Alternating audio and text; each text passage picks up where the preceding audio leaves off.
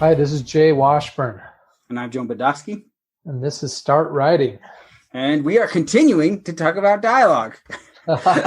So today we're going to cover a topic called Switchtracking.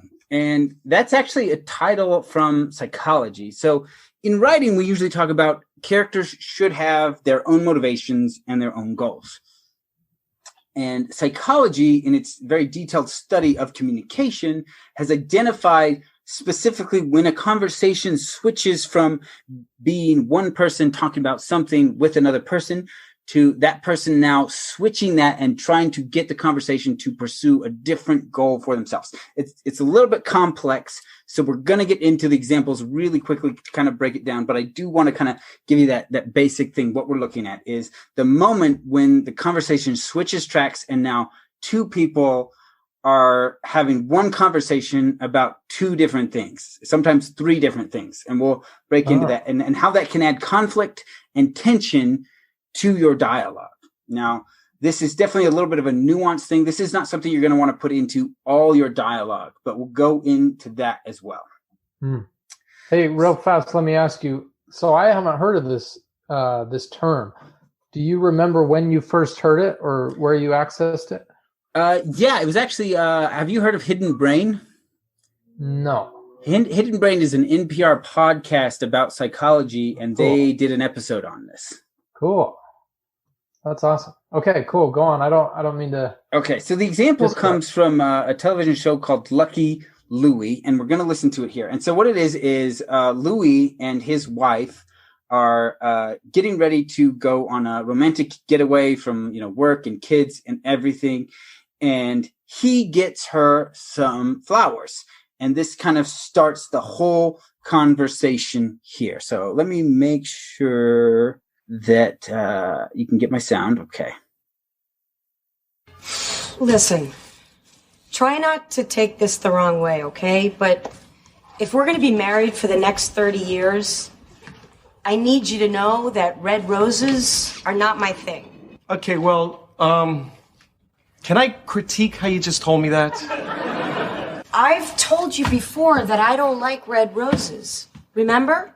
I just think that you should have thanked me for the flowers first and then said the thing about the roses.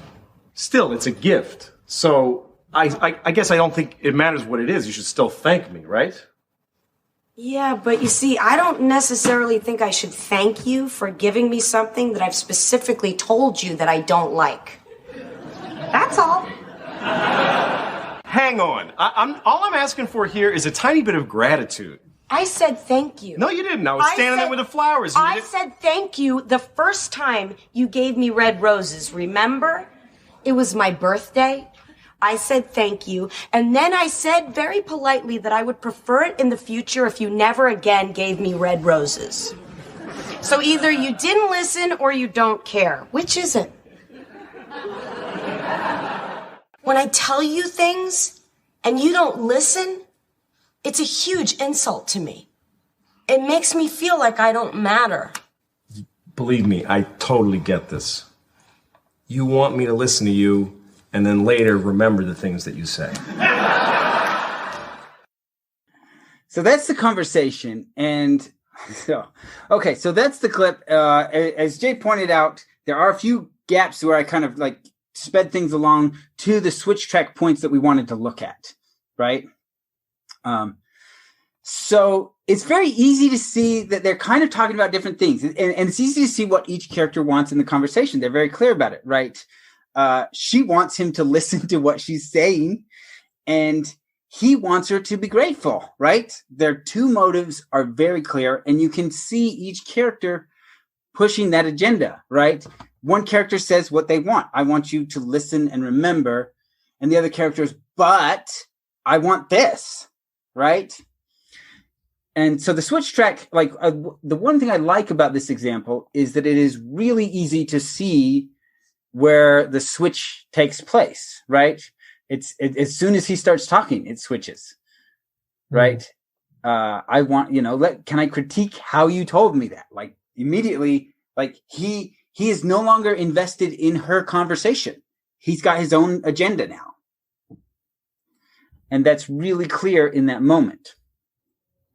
But there's another thing going on here that I want to talk about that is that third layer of conflict. So we have the 2 points of conflict. She wants him to listen. He wants her to be grateful, and neither of them are really budging towards each other. And that's the point of conflict within the conversation. Right? Yeah. Okay. But the other thing that happens is the minute the switch track has taken place, the third conflict is there is now conflict and an argument about what this conversation is about that neither of them even fully recognizes. Be like, we no longer even agree what we're having a conversation about. And so it's a good way to introduce a lot of conflict into a conversation and to make sure that each character is kind of pursuing their own goals within that conversation. So another one I want to look at is Hills Like White Elephants. And this is one by Ernest Hemingway. It's a very famous short story of his. And he does a lot of switch tracking in this story. And it's a very short story. I'm going to list a podcast later that like they read the whole podcast. They read the whole short story in the podcast, and it's just over 10 minutes. So it's really short. In the story, a man and a woman are traveling to Madrid to get an abortion. And the whole story then takes place at a train station where they're stopping to take a break. And they sort of discuss it, but it's buried in subtext and switch tracking that unless you really study the work, you probably would even never know the scene was about abortion, right?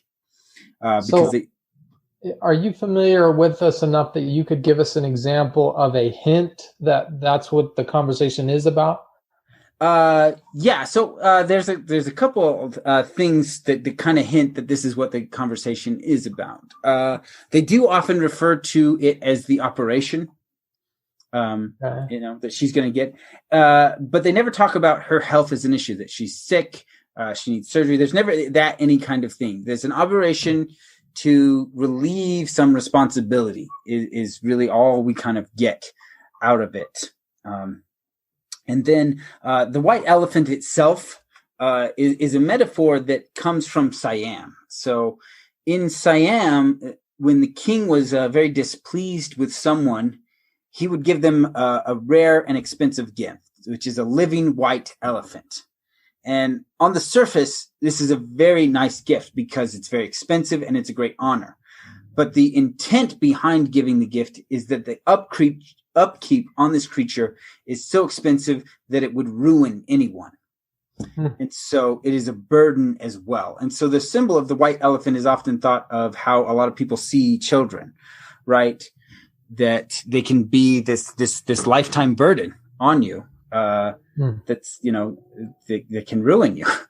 They're very financially demanding. They demand a lot of time. And a lot of people also celebrate the fact that you're having a child, without considering the long-term, impact on your life about it. So is the term white elephant in there because the characters say it, or is it the narrator and the title that are the only way it gets brought up? No. The characters say it.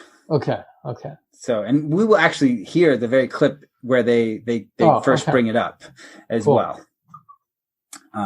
Okay. So like I said, I have contacted the creator of this podcast to see if we can get the whole short story to just be read at the end of this episode. I haven't heard back from her. So if the whole short story isn't at the end of this and you do want to listen to it, I will put the link in the show notes as well, so you can go listen to it. But we're going to listen to a very short example here of how Hemingway is using switch tracking, but he's doing it more than we saw in that previous conversation. Here, it's going to be buried in metaphor and subtext as well. Like there is multiple layers going on here. Looked at the man and the girl.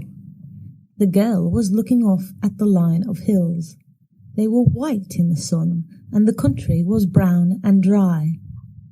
They look like white elephants, she said. I've never seen one. The man drank his beer. No, you wouldn't have. I might have, the man said. Just because you say I wouldn't have doesn't prove anything. So here, she first talks about the hills, how they look like white elephants. And then he comments that he's never seen one, right? And at this point, most people assume they're still talking about actual white elephants. But then she switches, right? And says, you never would have seen one, would you? Right? And the idea is that she's now talking about children, that he would have never had his own children because he's not that kind of person. And in response, he either recognizes that and intentionally doesn't respond to it, or stays on the track that they're actually talking about white elephants and mentions, be like, just because you say I wouldn't have seen one doesn't mean that I haven't, right? And so we see the track switch, 3 times right there. But again, it's still buried in the metaphor itself. Understanding switch tracking and then reading this story, it's like, wow, Hemingway was a master of writing. I kind of want to know about this from a psychology perspective. Like, what does a psychiatrist do when they notice switch tracking in a session? Like, is that where this would apply, and what would that look like? Yeah, so what they'd be looking for is communication style. One is when switch tracking has taken place, it's like if you're having an argument or conflict, then the ability to recognize switch tracking is, one, identify that third argument is taking place, right? So, you're no longer just arguing at each of your own points, but you also have the third argument. What is this conversation about? And the first thing you've got to do is be like, you've got to stop the tracks. Be like, 1, you've got to stop arguing about what the conversation is about. 2, you have to pick one of these topics to discuss, so you're not just butting each other's heads the whole time. Be like, my, yours, and they're not necessarily, against each other. They're each an argument. Louis arguing for gratitude. She's arguing for him to listen. Okay. Well, those two don't have to be argued against each other, but because they've switched tracks, they are, right? He argues for her to be grateful. She argues for him to listen, instead of them having one conversation about him listening, another conversation about her gratitude. And then you don't have to have the third, argument going on at all, because the other two have been broken up into separate discussions. Yeah. Okay. So basically, like, the third level is they're not agreeing on what the conversation is about. And that, as long as the characters don't recognize the third level, then there's a conflict, like, woven through everything going on in the conversation, because they're not on the same page. They're not talking about the same thing. Yeah. So you have conflict 1. Okay. So let's go back to the Louis conversation. Conflict 1. She wants him to listen, right? So she introduces the point of conflict. She wants him to listen and doesn't feel like he is. So that's our first point of conflict. Now, instead of discussing this point of conflict with her, he brings up his point of conflict. You're not grateful. So now we have 2 points of conflict occurring. And this introduces the third point of conflict, that is, what is this conversation about? And they are also arguing about that. It's about you not being grateful. It's about you not listening, right? So you now have these 3 levels of conflict. So when you want to add conflict to dialogue, switch tracking is a great way to do that, because immediately you could take what might be 1 point of conflict and expand it to 3. Yeah. Okay, now another question. I watch a lot of Seinfeld, and it's very common for one character to say something to the other one, like, I'm sick and tired of Kenny Banya, whatever. And then instead of responding to that comment, the other person says, I can't believe she said that. And it's like they're both having their own conversation. Kind of with themselves. I think this is similar to what you're describing, but not quite the same. Anyway, so that is called staying on your own track, right? And I was researching this, and it just felt like it was just connected to switch tracking. Okay. But yeah, essentially they are having their own conversation, right? Regardless of what this other person decides to talk about, I'm talking about my thing, right? Yeah. I stay on my own track. Okay, interesting. But yeah, definitely. Cool.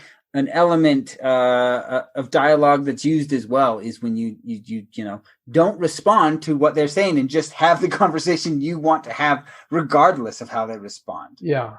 Okay, so another question is, I imagine you want to leave layer 3 intact most of the time because it adds so much conflict. And maybe this is just obvious and I don't even need to ask it, but if you have a character with the insight to see that third level and to course correct and like be willing to go onto the other person's track, then that basically resolves the conflict, right? Yeah. So is that ever something? Well, I mean, I guess, yeah, surely it's sometime we want to do it if there's like a Dumbledore figure. But otherwise, you don't want them to realize there's that third level and you want to leave the conflict go. Yeah, unless you're writing a book about communication, it's probably something you're not ever going to dive into, right? Yeah, okay. It's an extra layer of conflict we're adding for the point of tension, but unless your book is about communication at its core plot, it's not adding to your narrative to address that third layer. Yeah, okay. So, like, we use body language for subtext, but at no point are you going to actually talk about the body language unless that's an important part of the novel itself, right? Okay. It's just used to add tension to a scene through that subtext. Cool. So there are a few things I want to talk about in the danger of switch tracking or even staying on your own track, and that is that it can kind of derail a conversation really quickly and really drag it out if you're not watching it carefully, right? You've got this character working for this goal, you've got that character, and suddenly, they're just both fighting off in their own directions, and it can run away from you really quickly, right? Which can really slow down your pacing as the tug of war takes place between these two characters. So I definitely don't think switch tracking is something you're going to want to use a lot in all your dialogue. It's a very surgical tool, right? I think it could be good when you're doing early character introductions because you very much get to see a character's values, goals, and motivations as they switch that track to fight for the thing they want. So I think it could be a good tool to use there. Let's say you've got a scene that's moving through a lot of plot points, but it kind of feels emotionally flat, or maybe it's a little heavy on exposition. A character who does some switch tracking can add a lot of conflict and tension to that scene to kind of spike the emotion a little bit there. But yeah, definitely, personally, I don't think it's something you're going to add to every point of dialogue in a book. It's going to take up a little bit of room, and it is switching the tracks. So it's going to derail things just a little bit. And so it's definitely a tool to be used at the right moment to kind of add something to a conversation. So check out, Hills with Fly Elephants is a unique example because, Hemingway is talking about abortion without trying to reference it directly. And so the whole conversation is just a switch tracking back and forth constantly between the characters. And that's very much the driving tool of that conversation. So the whole short story is riddled with it. Whereas, if your book is about a revolution, it's not going to all be, driven that way. And so definitely a balancing point is, when do I use this versus when do I not, to manage the tension and conflict in my scenes? Hey, I got one more question before we wrap up. With Hills with White Elephants, she's making a comment about the hills, and then she makes a comment about his life experience, and he kind of defends. I guess I'm saying, well, and then in the other example, they started with the roses, and then it was about like gratitude versus remembering or hearing. How many times can you switch tracks? We've got like, say, 3 tracks in these examples where it's like we start on one and then separate into 2. Yeah. So, initially, like the switch track is character 1 has their goals and motivations for the conversation, right? So the conversation's on that track. And then the switch track is when character 2 comes in, instead of agreeing that that's what the conversation is about, they say, no, I want to talk about the thing that's important to me. Okay. And that's kind of the fundamental switch track right there, is the character has gone off on their own goals and motivations, not what the original conversation was about. So, I guess what I'm saying, like, what if the character A then like switched the track again? Like, could you do this multiple times, or Yeah. maybe I guess in my mind it's like if the character's digging to a deeper issue with each track switch, then that probably would make sense in the conversation. But if it's just like switching randomly, then maybe there's like every time you have a switch, it's driven by the character's motivations, right? So you'll definitely see this in Hills Like White Elephants, right? So we have that initial switch where we see, they're talking about the hills, and then suddenly she's talking about children, and so she has switched the track there, and he does not want to have that conversation. So he doesn't, follow with that. He pulls back. Then later on, he'll bring up the operation to her, and she'll switch the track because she doesn't want to talk about it. And so, like I said, you'll see it throughout the whole story, each of them switching tracks as they pursue their goals and their motivations within the story. He wants her to have it, and it really seems like she's unsure or doesn't want to. And that's kind of the push and pull back and forth between them the whole time. Their core goals and motivations don't change. She doesn't want to have it. He wants her to have it. And anytime there's a switch track, it's because one is pushing that on the other. And I wish that I could ask Hemingway's ghost whether he observed this conversation or if it happened to him, or like, how did he come up with this? Yeah, I mean, it's this. So I do not like Hemingway. I find him really dull and boring. But reading this story is the moment when I said, regardless of how I feel about his writing personally, he was a master of writing. That's awesome. Yeah, this was the story where I realized just how brilliant a writer he was. So, but yeah, I think that is interesting. Like, mate, did he overhear this conversation and just kind of, convert it into a short narrative? Yeah, it's interesting. Yeah. All right. Anything else? No, this has been an interesting conversation. I should have derailed you a little more often. So, all right. As always, that's the end of our episode. So it's time to start writing.